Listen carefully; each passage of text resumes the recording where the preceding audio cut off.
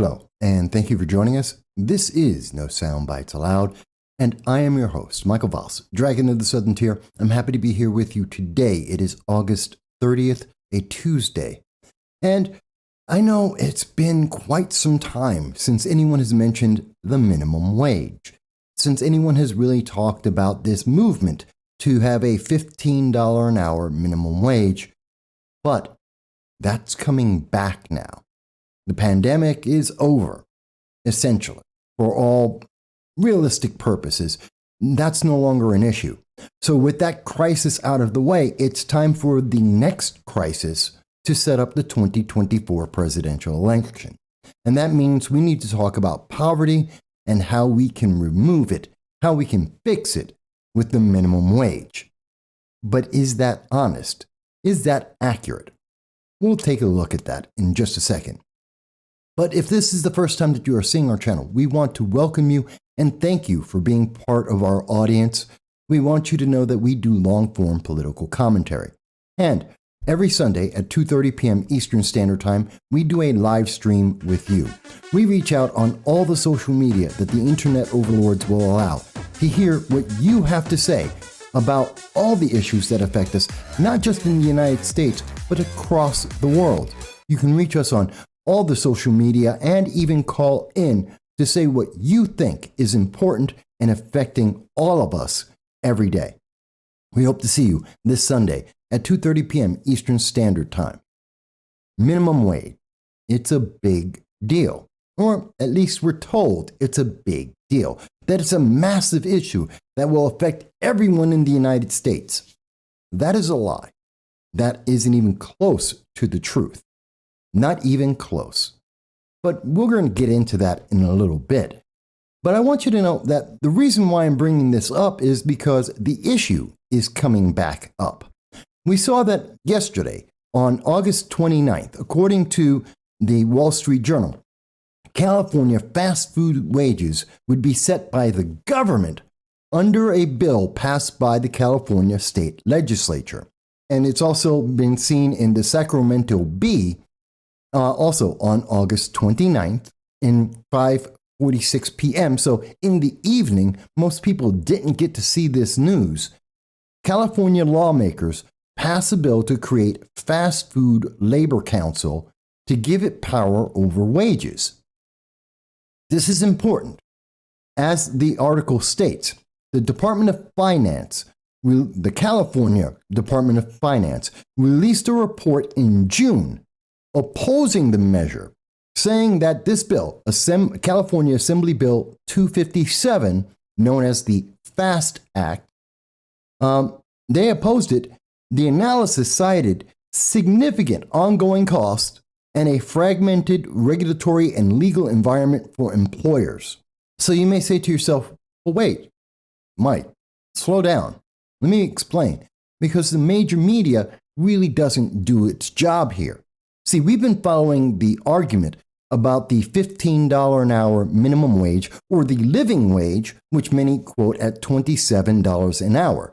That this is the answer to income inequality, that this is the answer to poverty.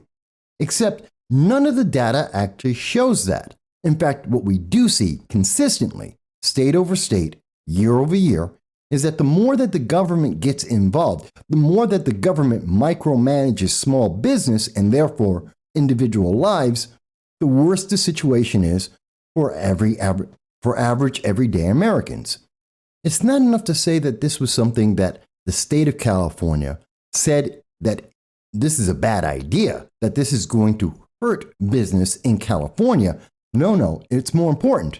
Because not only do we have Matt Handler, CEO and president of International Franchise Association, stating that, quote, instead of enforcing existing laws or providing additional support for the rigorous worker protections already in place in California, this bill creates unworkable standards for business owners and unaffordable prices for customers who are already suffering. Now, you may say, well, Mike, that's big business. Of course they would say that. Of course, big business is greedy.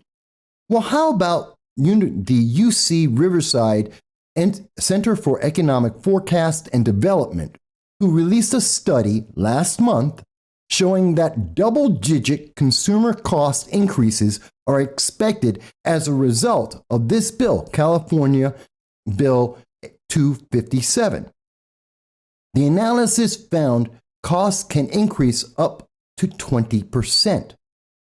They go on to say, quote, "We can expect a very sharp increase in food costs from the affected restaurants, and that could push these families to the breaking point, given the financial pressures working families already feel from rising rents, gas, and other necessities," said Christopher Thornburg, director of the UC Riverside Center for Economic Forecast and Development at the time.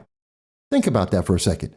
We have inflation in the United States. In fact, we expect, and when we were speaking to economist Richard Vedder, 15% inflation in the United States is not unreasonable.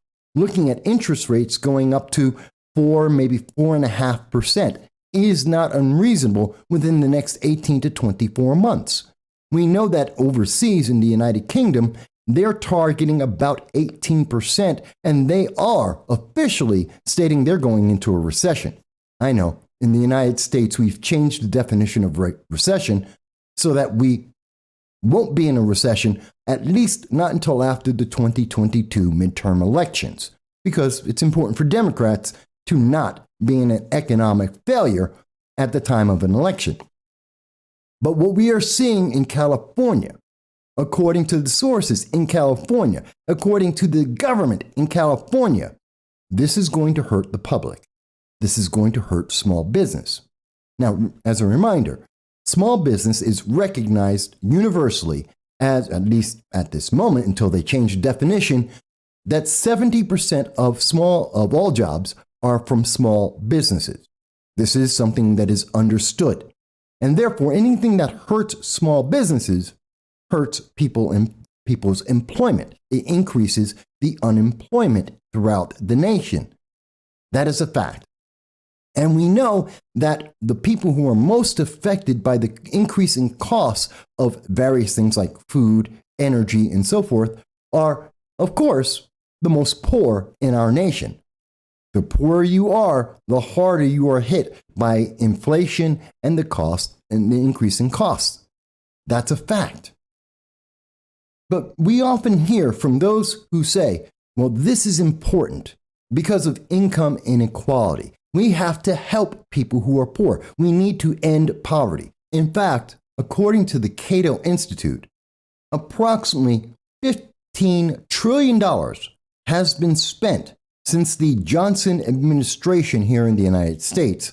$15 trillion has been spent on the war on poverty. $15 trillion. That is an enormous amount of money. We're talking about half the United States debt has been spent on the war on poverty by itself. And yet, poverty remains an issue. Income equality, according to the left, is still an issue. Fair enough. So, who are we really going to help when we increase the minimum wage, as we have been seeing Democrats request as a national movement to increase the national minimum wage? Who is actually being helped by this? How many people will be raised out of poverty in the best case scenario? This is important to understand because the scale of who we are helping is hand in hand to the amount of damage this is going to do. What we see is, according to the Bureau of Labor Statistics, looking at 2020, the most recent results that we could find in their report on February 2021, 1.1 million people actually are at minimum wage. That's everyone who is at or below minimum wage. 1.1 million people. That's an incredibly small amount. To put it as a percentage, 1.5% of the nation, 1.5% of all hourly paid workers. That's it. We are looking to jeopardize the entire economy of the United States to affect everyone who is affected by poverty and every income, especially the lower incomes, everyone, tens of millions of people, to help 1.1 million people. That's incredible. That is not a very fair trade-off, especially when we start looking at what the data is. This movement for increasing the minimum wage, especially amongst fast food workers, this is not a new idea. We've been covering this since 2015, and we'll go into that in just a moment. But I want you to understand, as an example, in New York State, we moved into a higher minimum wage for fast food workers. In fact, we increased the minimum wage across the entire state. And I want you to understand how ineffective this has been, how it has not helped anyone whatsoever. New York State increased the minimum wage in 2016.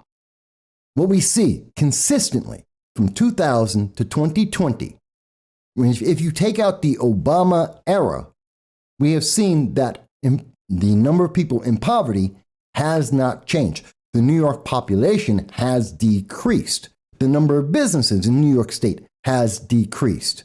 Because, of course, we've heard former disgraced Governor Andrew Cuomo and now appointed Governor Kathy Hochul have said that if you are not a progressive, you need to leave New York, that you should just exit. They have stated that this is a sanctuary state for illegal immigration, those individuals who have broken the United States law. And that has driven people out of the state. But as they drive people out of the state, poverty, through all of the social spending, the $8 billion of debt that New York State has not improved anyone's life. The minimum wage increases, especially for workers in fast food, have not improved. Again, taking out the Obama-era recession, where we peaked at about 16% of poverty in New York State. Taking that out, we've been at about 13.5% consistently. And that has not changed. Looking at New York City itself, according to New York City's government itself, using their poverty research tool, looking at the total population of New York City for citizens and looking at everyone at poverty, what we see is that overall, we've seen somewhere around 20% of poverty in New York City. That has been almost entirely unchanged until 2019. Of course, we saw that increase with the pandemic. And for citizens, it's been at about 18.5% other than 2019. Now, something that should be noted is whenever we're in an election year, we tend to see an improvement in the poverty numbers. We see improvements in the amount of government aid to the most poor. Almost every single election, we see this. There's always a little bit of a drop because, well, politicians want to get reelected. That being said, overall, as a trend, we have not seen a change. So in New York State, the increase in minimum wage has not helped people who are in poverty. It has not helped the income inequality that progressives demand we have to address, and they believe is one of the most prominent issues facing the nation. And their solution has failed consistently, over time, repeatedly. It has failed. This is an excerpt from our article in July 19th of 2019, before the pandemic, when the economy was running at 1,000%. Everything was doing well. We had hit historic lows in unemployment for every category: men, women, Black, white, Hispanic. Everyone was doing well. What do we see and what was being said at that time about the minimum wage and increasing it to $15 an hour? Here's James Schrager of the University of Chicago Booth School of Business. Quote, "It depends on your definition of small business. If it's a neighborhood restaurant or hardware store, then yes, it could have quite an impact. But if your small business is a technology startup, then probably less so, as you're not likely to employ as many entry-level employees."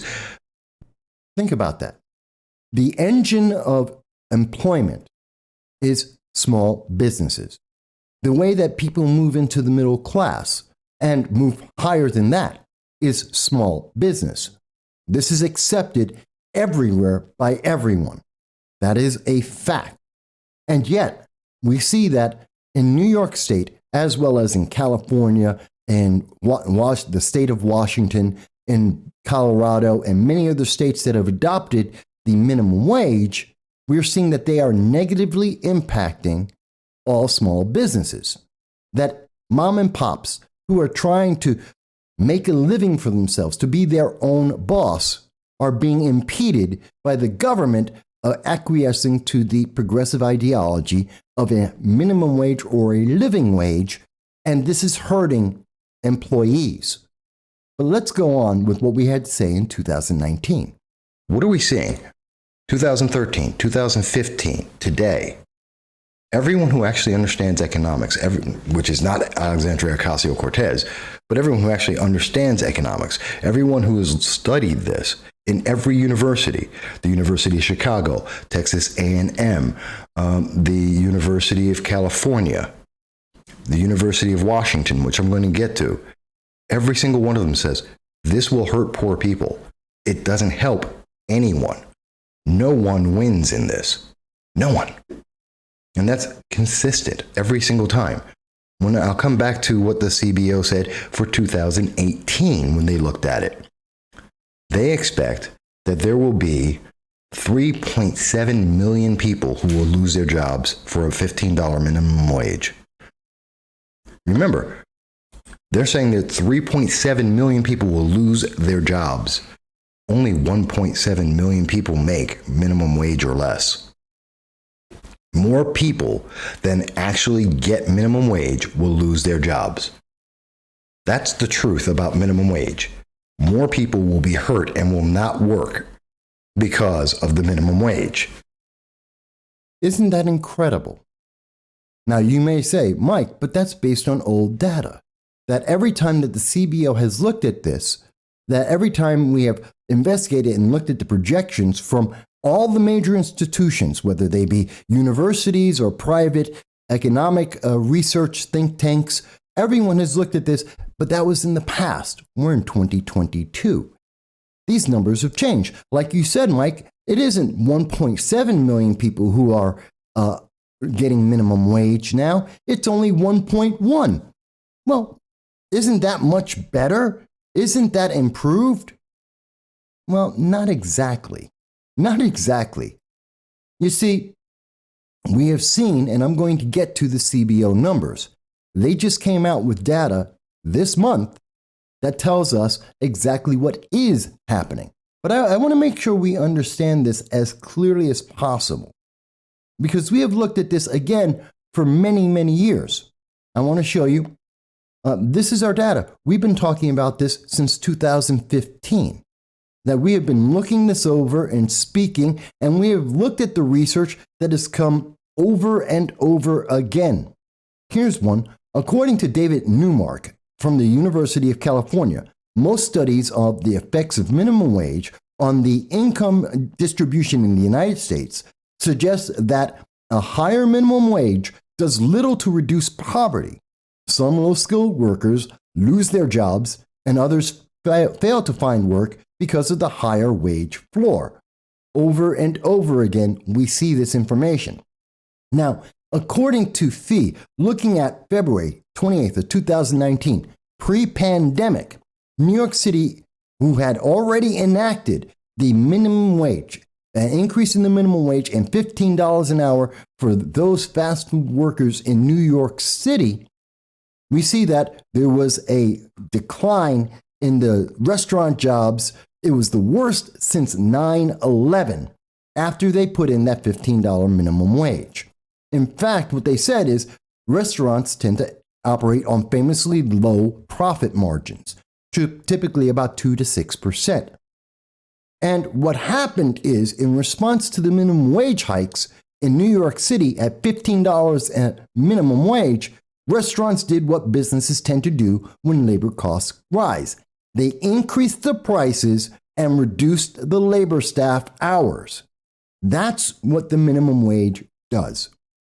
It cuts jobs. It removes jobs. Now you may say, Mike, well, that's not accurate enough for me. That's fee.com. I need a major media source that could say that this is accurate, that this has actually been happening.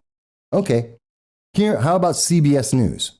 New York City restaurants cutting staff hours as minimum wage hits $15 an hour. This was on January 16th of 2019. Again, at the best economy we have seen in 40 years, with the lowest unemployment we had seen in 40 years.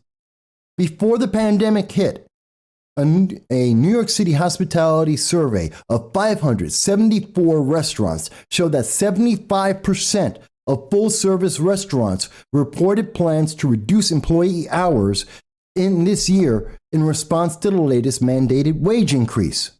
87% said they would increase menu prices. So we have seen consistently, and this has happened in Washington State, Colorado, California, everywhere that the $15 minimum wage has been put in place, we have seen an increase in prices which hurt the poor disproportionately more than anyone else, and we have seen that employment has been reduced.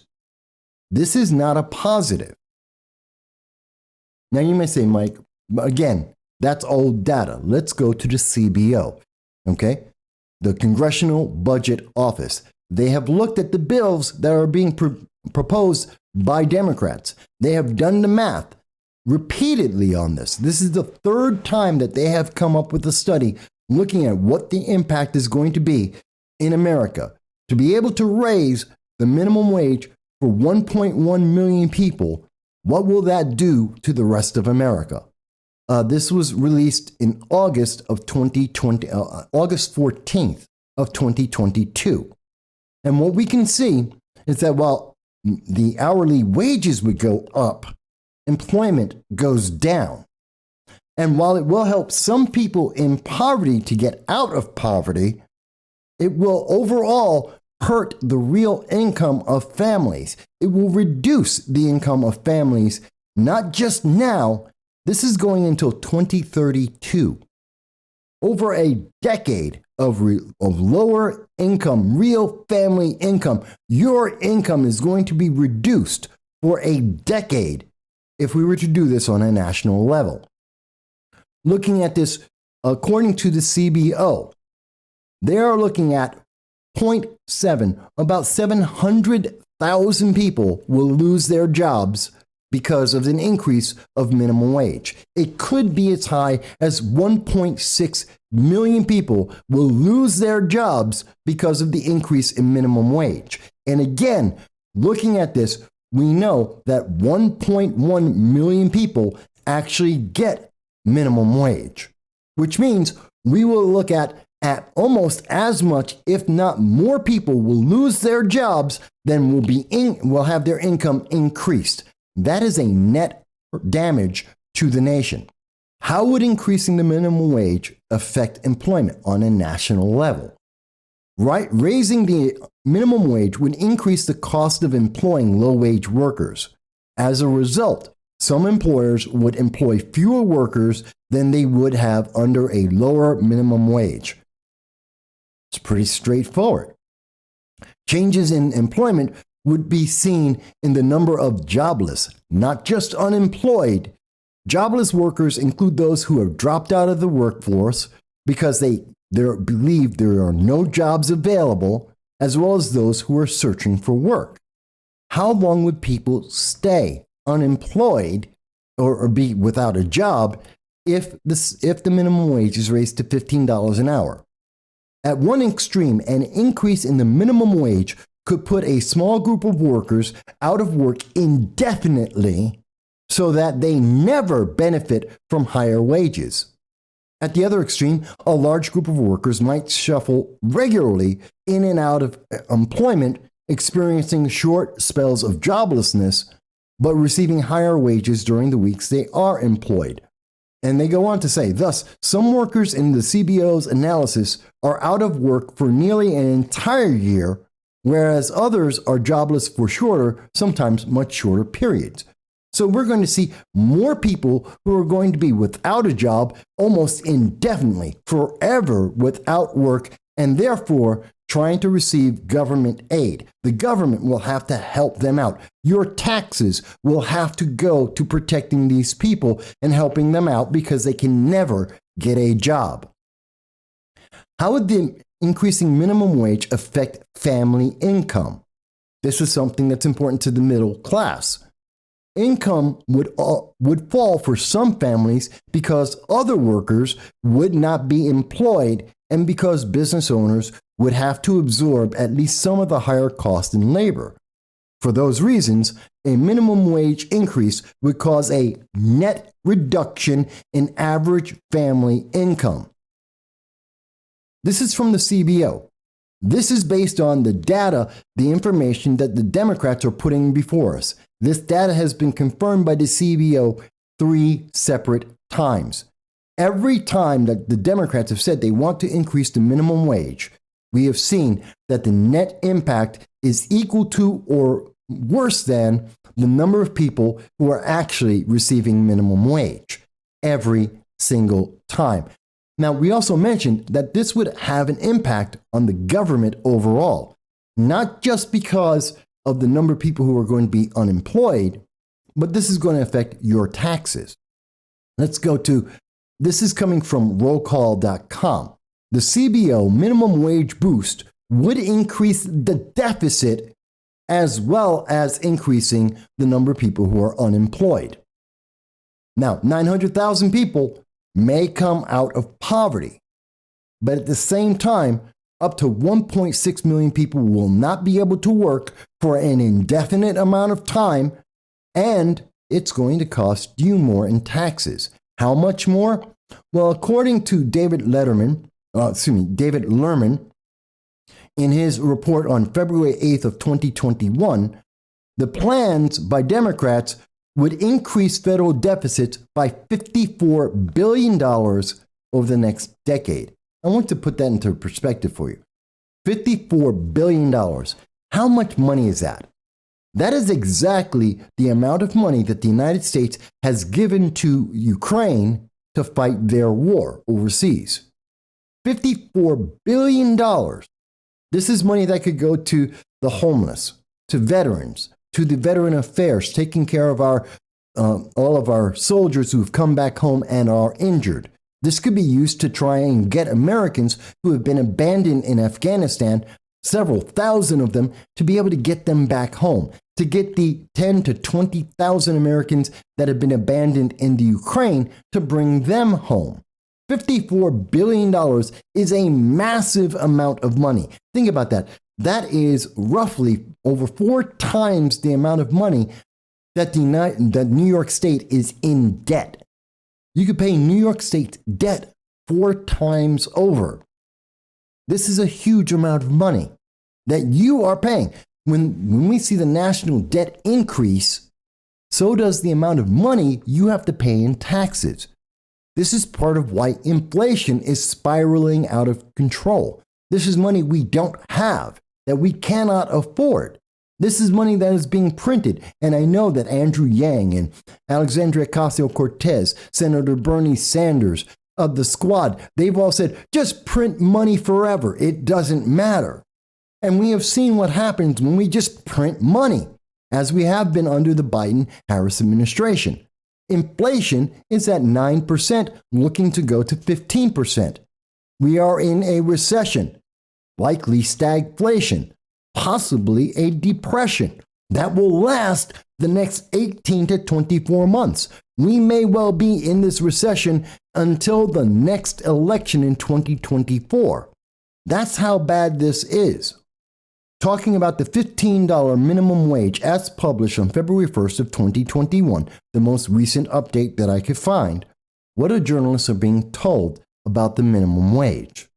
An October 1993 National Bureau of Economic Research working paper from Princeton University by economists David Card and Alan Kruger, the late Alan Kruger, stated that, and I quote, suggests that increasing the minimum wage, much of the burden of the minimum wage rise was passed on to consumers. That's what they were able to find in 1994 in a peer-reviewed study looking at a Dartmouth College study and a Michigan State study. What we found is that in looking at 15 years of research since 2000, their paper stated in July of 2019, 37 studies looking at 739 estimates of how minimum wage affects employment, they found that, quote, the minimum wage has a negative employment effect, but these are normally smaller and are largely localized to teenagers. They speculate that the smaller employment downturns from higher minimum wages might be because teenagers don't work as much as they used to. So wait a minute. Not only is minimum wage only about 1.1 million people, or 1.5% of the population of people who are actually working, but it's mostly teenagers. Isn't that interesting? Something that the major news media doesn't tell you. This is about teenagers, people who don't have any job experience whatsoever. Okay, but what they did find in 15 years of research, in 37 studies, 739 estimates all say that this will hurt jobs, that this will hurt the poor over and over again. In fact, they go on to say, not all economists are convinced raising the minimum wage is the best way to help the working poor. San Diego State economist Joseph Sabia and Cornell University economist Richard Burkhauser have found that state and federal minimum wage increases from 2003 to 2007 didn't affect state poverty rates, and that the working poor were the hardest hit by job losses. Just like in New York State, we did not see poverty improve.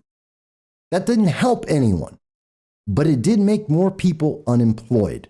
It did make the costs increase. And we're looking at a 20% increase in cost of food that's going to hit the poorest of Americans the hardest. And yet, we here in California, they are celebrating. In California, they are talking about this being a victory. They are happy. They are celebrating that they will now have the California state government micromanaging small businesses to be able to give people a higher minimum wage, even as it hurts those very same workers and the entire state. Just as we have seen that happen in New York State. And what we are seeing is, if it is happening in California, it is happening in New York State, how long is it before we see it in Illinois, Colorado, Washington State, Maryland, Delaware, all of the large bluer than blue progressive states across this nation? And the more it happens to those states, the more it happens to the national deficit, the more it affects you in the price of inflation, making all the things that you buy that much more expensive. I know this isn't the most fun subject to hear. It's not exciting. It deals with numbers. I get it. And that's why it's not a really big subject to talk about. People don't like to look at the numbers. They look at the headline, 3.6 unemployment. Yeah, that's the thing. It's only 3.6%. The economy must be good. Go to the store. Buy something in the store. I guarantee you, prices have gone up for everything that you buy more than 3.6%. In fact, according to the government itself, those prices have gone up at least 10%. You know that. In fact, you know in your local store, it's up even higher than that. Assuming that the shelves are even stocked, because 15% of the shelves are empty. And we haven't even hit the peak of the recession yet. We haven't had the impact of the minimum wage increasing hit this market yet.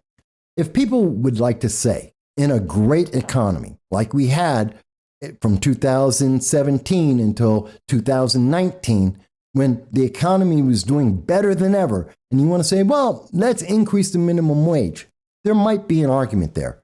Maybe in that environment, with unemployment rates at the lowest levels in 40 years, with the economy as strong as it had ever been in the last 3 presidents, maybe you have an argument there.